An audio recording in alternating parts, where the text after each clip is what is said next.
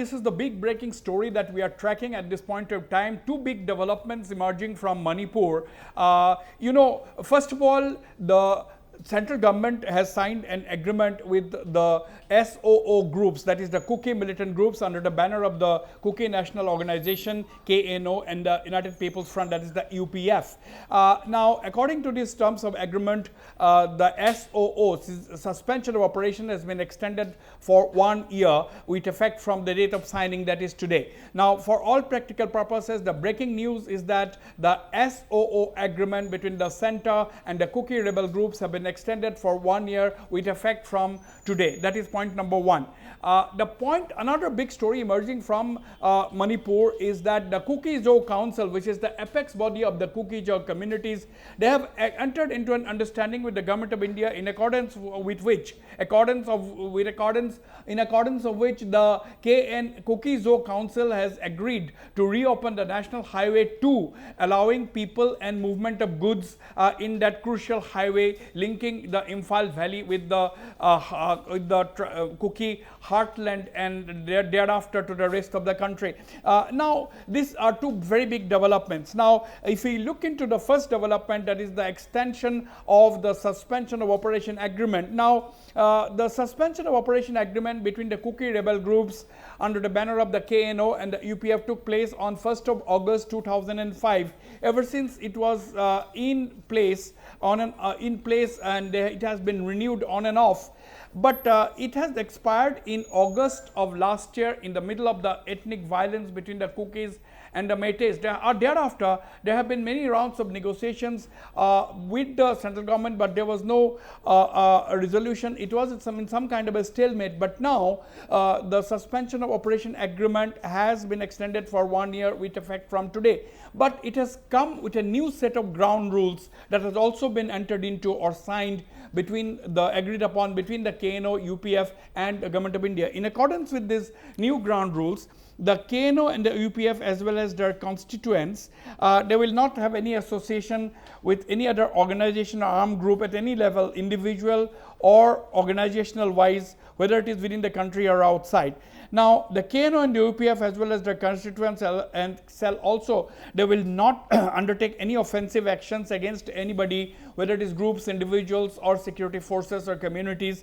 And the security forces in turn, whether it is the Assam Rifles, the army, the central armed police forces and the state police, they will also not target or undertake any offensive against the KNO and the UPF cadres, provided they abide by the agreement. But Priya, one of the most important things also is that decision that the suspension of operation extension is fine, but ultimately there has to be a resolution to the set of demands put forward by the KNO and the UPF.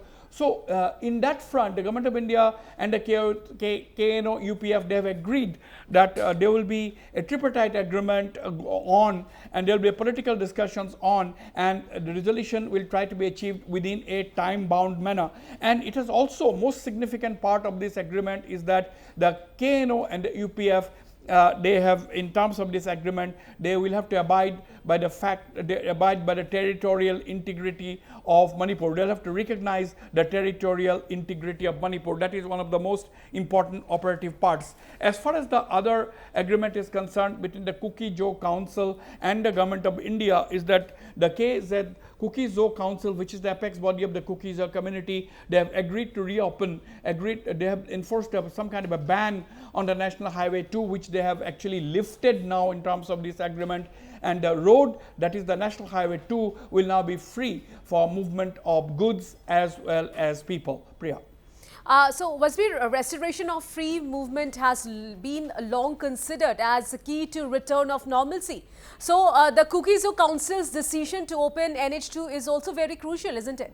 Yeah, this is crucial because, and you see, this is very, very crucial, and also crucial because of the fact that Prime Minister Mr. Narendra Modi is definitely now going to come to Manipur either on the 12th or the 13th of this month. The security forces and the authorities in Manipur have taken up or drawn up a number of measures during this period. They have the Chief Secretary had already undertaken a high-level review meeting, which is of course a normal thing in the event of a prime ministerial visit. But today, the authorities authorities in Churachandpur, the district magistrate in Churachandpur has issued a notification banning any use of drones, any flights of drones until further orders. So another indication that the Prime Minister is coming and flying of drones during a VVIP visit, and that too impending visit of a Prime Minister is natural. But the order by the Deputy Commissioner in Churachandpur has made it very specific that if anyone is found to violate this ban on flying of drones will be severely dealt with in accordance with law. Now, the decision of the Cookie Zoo Council ahead of the Prime Ministerial visit on the 12th to the 13th of this month is significant, because this is seen as a indication that there is going to be some kind of a major announcement possibly being made by the Prime Minister during his visit to Manipur. Now, what could be these announcements made?